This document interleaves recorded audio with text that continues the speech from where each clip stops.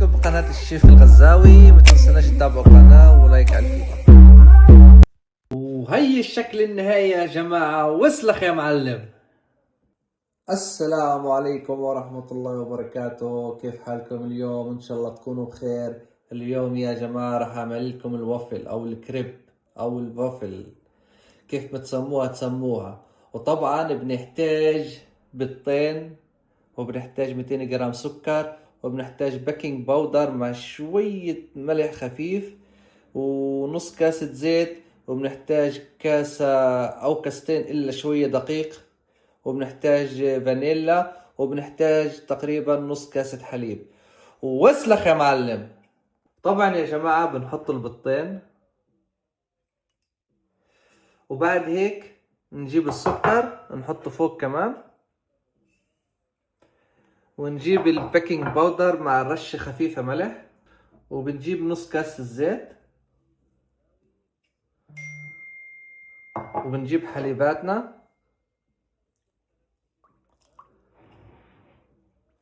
وهلا بنحط الطحين بالتدريج ونخلط عشان ما يتكتل معانا، شوية شوية زي هيك.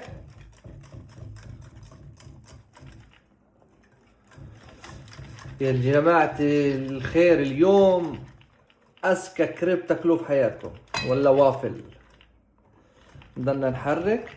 طبعا بنحط هيك شوية زبدة، طبعا فيكم تسيحوها بالميكروويف، وراح نحط نقطتين فانيلا المركزة،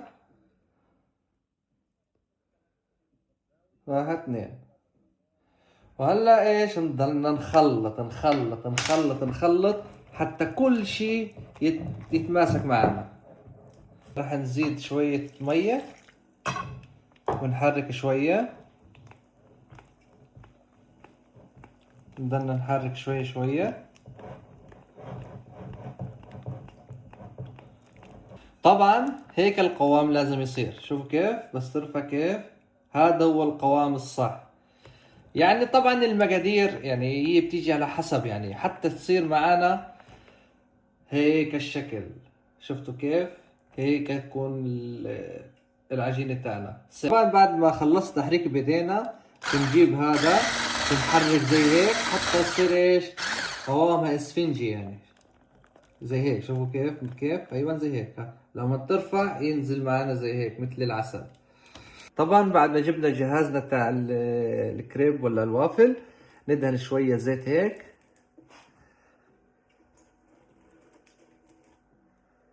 وبعد ما ندهن الزيت نجيب ايش، عجينتنا الحلوة،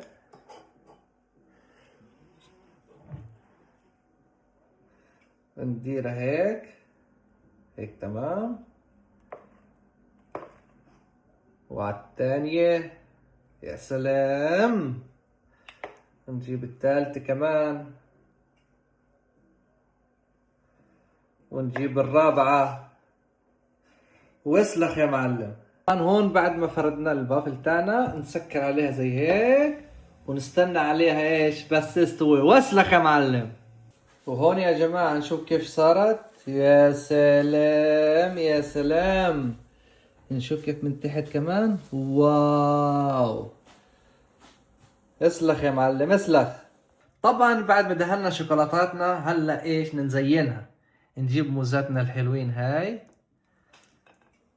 نعملن هيك، هلا هيك كمان. طبعا هون بعد ما فردنا موزاتنا نحط هون شوية شوكولاتات هيك مربعات،